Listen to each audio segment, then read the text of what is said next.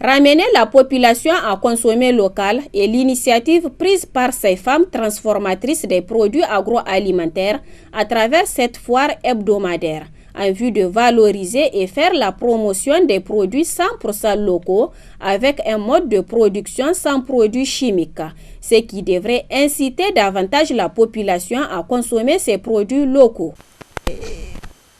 Basilic, de menthe, de moringa, de clous de girafe, de gingembre. Si on a des inficettes de moringa, plus les biceps rouges. Et si nous avons aussi les inficettes de moringa au gingembre, les inficettes de moringa au basilic, des inficettes de moringa au citron, aussi la pomme de terre, couscous de la pomme de terre, du riz et du persil. Si aussi on a le couscous de la patate douce, du riz aussi. On a les maribis qu'on utilise directement pour faire les kassoum du Copto.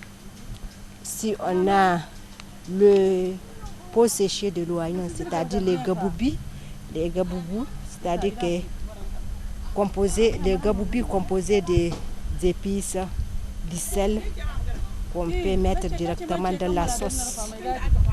Ici, c'est de l'arôme local de moringa.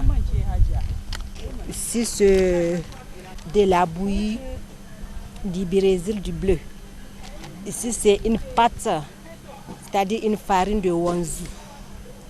Puis, si quand vous regardez, il y a tout ce que cette farine peut apporter pour l'organisme. C'est-à-dire que c'est une ancienne farine qu'on utilisait d'antan. Mais aujourd'hui, que les jeunes ou bien la jeunesse a tendance d'oublier cette farine. Donc, nous sommes là pour ramener cette farine qui permet de faire une pâte. C'est une pâte comme la pâte de maïs ou bien la pâte de mil qu'on peut faire à beaucoup de sauces, soit la sauce rouge, soit la sauce noire, soit c'est de suite, etc., etc.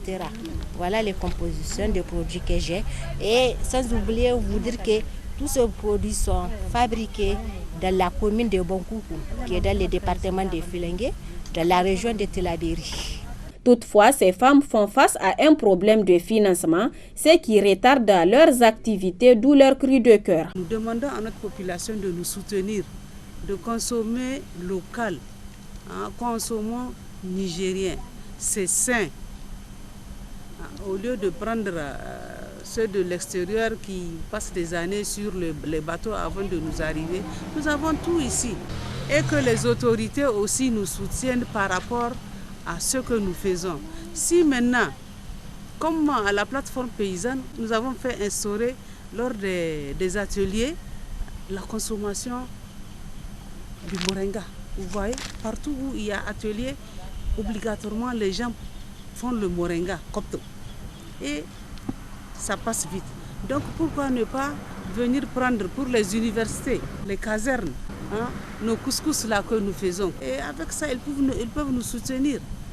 Les femmes transformatrices ne peuvent pas transformer en quantité parce que les moyens font défaut. Une fois qu'on essaye de bien emballer ça, ou bien qu'on essaye de mettre les étiquettes et de dire aux étiquettes, et au niveau des étiquettes, les grammes, combien de grammes, si c'est 500 grammes, 200 grammes, et de dire aussi la composition, c'est-à-dire les ingrédients, et de dire aussi ce que cette farine-là peut apporter à l'organisme.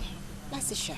Mais nous pouvons mettre ça dans un sachet de 5 francs et on ne dit rien comme ingrédient. Et là, on peut permettre de vendre ça à 100 francs. Et ça, là, nous n'avons pas. Moi, maintenant, aujourd'hui, je suis fière d'avoir ce produit-là parce que je n'ai pas peur d'amener mon produit de vendre n'importe qui. Donc, ça va être cher parce que c'est l'emballage qui coûte cher. Parce que nous n'avons rien du Niger. On importe tout d'ailleurs. À noter que plusieurs défis doivent être relevés pour permettre à ces femmes transformatrices de produire en quantité et en qualité afin de répondre aux attentes de la population nigérienne.